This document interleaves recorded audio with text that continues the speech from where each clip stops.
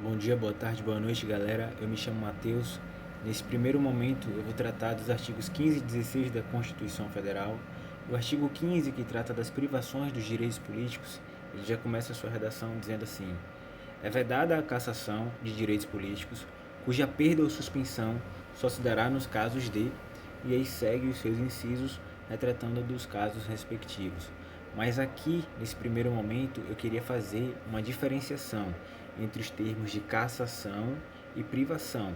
A cassação de direitos políticos ela é vedada pela Constituição Federal porque ela fere o Estado Democrático de Direito. Você pode sim cassar, por exemplo, um mandato eletivo para revogá-lo, mas no que se refere a direitos políticos, você pode apenas privá-lo por perda ou suspensão.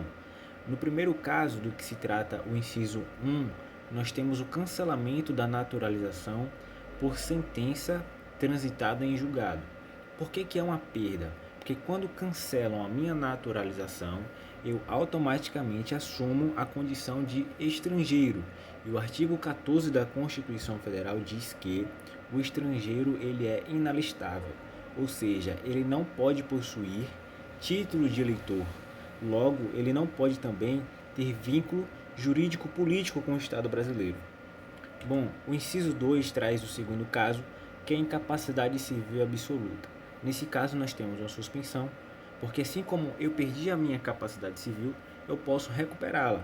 E o entendimento por trás desse inciso é de que, se um indivíduo que deveria ser devidamente representado não ter condições de gerir a sua vida civil, ele também não terá condições de gerir a sua vida eleitoral.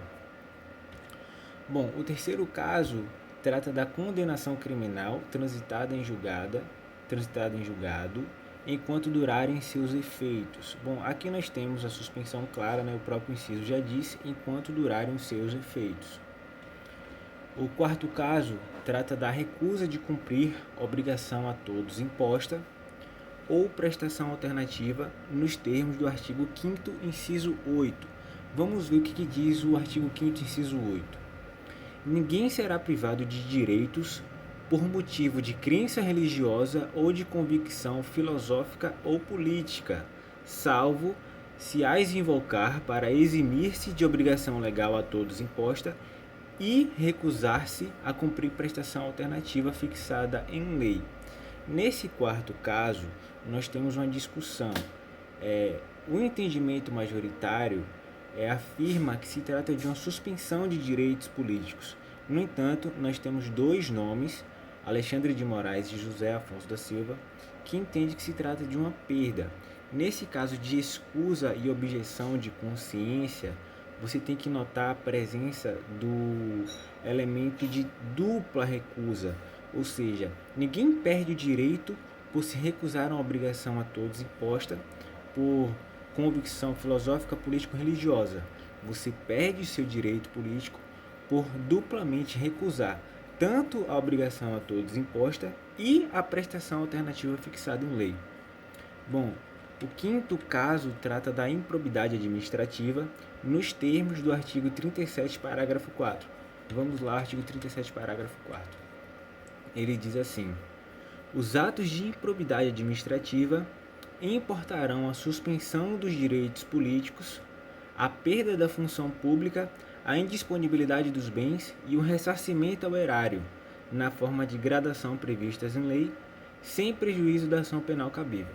Nesse caso, nós temos uma suspensão e quem nos mostra por quanto tempo esse direito político vai ser suspenso é a Lei 8429 de 92, que trata justamente sobre os atos da improbidade administrativa. E o artigo 16, que trata do princípio da anterioridade da lei ou anualidade eleitoral, diz assim: a lei que alterar o processo eleitoral entrará em vigor na data de sua publicação, não se aplicando à eleição que ocorra até um ano da data de sua vigência.